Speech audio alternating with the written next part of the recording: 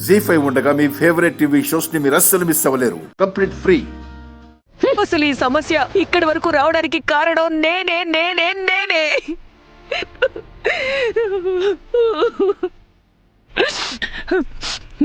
నా గురించి నా ఆరోగ్యం ఎక్కడ పాడవుతుందోనని నా కూతుళ్ళు ఆలోచించి ఇప్పటి వరకు ఈ నిజం నాకు చెప్పలేదు.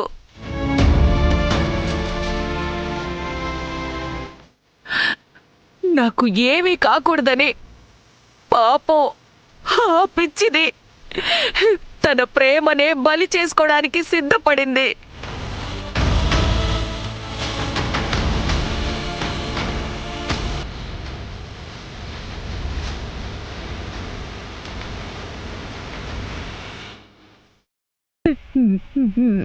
నా వల్ల నా కూతురు ప్రేమ నాశనం అవ్వకూడదు. ఎలాగైనా తన ప్రేమని గెలిపించాలి. అది ఇష్టపడిన వాడితోనే ఎలాగైనా పెళ్లి చేద్దాం సువర్ణ. కొంచెం ఈ విషయంలో నువ్వే పెద్ద మనసు చేసుకోవాలి. నేను పెద్ద మనసు చేసుకోను.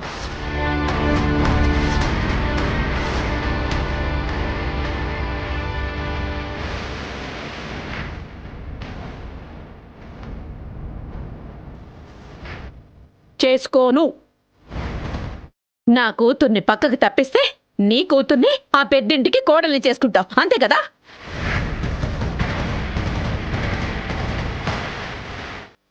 సువర్ణ, వాళ్ళు పెద్దింటోళ్ళైనా చిన్నింటోళ్ళైనా వాళ్ళు ఒకరినొకరు ప్రేమించుకున్నారు సువర్ణ. అవునా? అందుకేనా డబ్బుందనే నీ కూతురు వాడికి బలం వేసింది.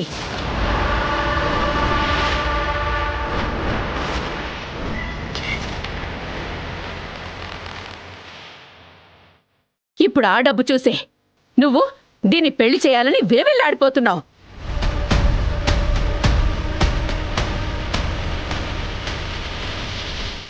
డబ్బు కోసం కాదు సువర్ణ, నువ్వు తప్పుగా అర్థం చేసుకుంటున్నావు. కథలు చెప్పకో. నువ్వెంత ఆశపడినా అది ఆడియాతే అయిపోతుంది.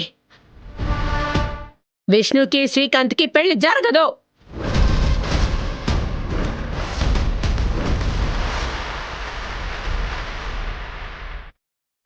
సువర్ణ, అలా మాట్లాడకు. నా కూతురికి వినికిడి సమస్య, అదే దాని లోపం. ఇదే దాని జీవితానికి శాపం అయింది. కానీ ఆ సమస్యని అర్థం చేసుకొని శ్రీకాంత్ తనని ప్రేమించాడు. మన శిఖరికి శ్రీకాంత్ కంటే మంచి అబ్బాయిని చూస్తాను, అంతకంటే ఆస్తిపరుణ్ణి తీసుకొచ్చి నేను పెళ్లి చేస్తాను. దయచేసి విష్ణు ప్రేమకి దాని జీవితానికి నువ్వు అడ్డు రాకు. పెద్దమ్మా, మీరు ఎంత చెప్పినా నేను వినను.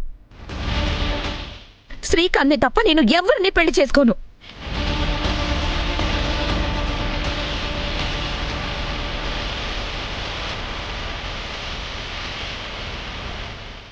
జీ5 యాప్ డౌన్లోడ్ చేసి అన్ని ఎపిసోడ్స్ పూర్తి ఉచితంగా చూడండి.